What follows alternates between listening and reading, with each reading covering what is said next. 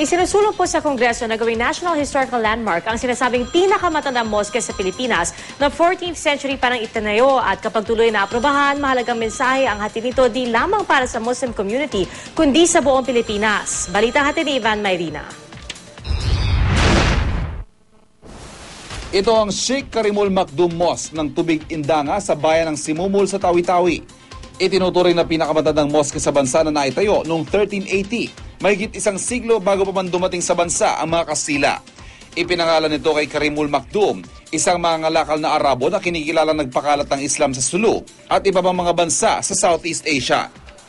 Dahil sa ginampanan nitong papel sa kasaysayan, isinulong ito para gawing National Historical Landmark sa House Bill 1105 na aprobado na sa Kamara.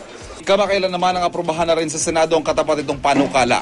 Sakaling maratipika ito at aprobahan ng Pangulo, ang Sheikh Karimul Makdum Mosque ang magiging kauna-unahang historical landmark na kumikilala sa isang mahalagang institusyon sa mga kapatid nating Muslim.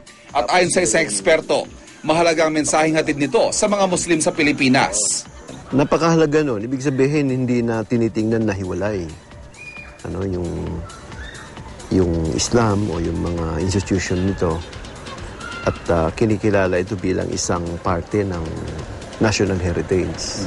Kakabit ng pagkilala bilang isang National Historical Site ang paglalaan ng pondo para sa pagpapanatili ng kaayusan nito at pagsusulong ng kaalaman tungkol sa kahalagahan nito. Bagay na ikinatuwa ng mga Muslim na aking nakausap. Pag naano yan ng gobyerno natin ang magiging historical site ang Sharif Makdum Mosque, baka sakali magkaroon kami ng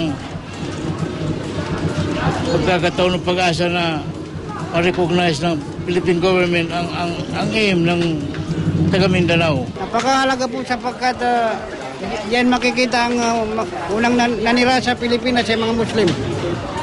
Yun ay napakahalaga sa aming mga Muslim. Ma-recognize sa buong mundo na may mga Muslim sa Pilipinas.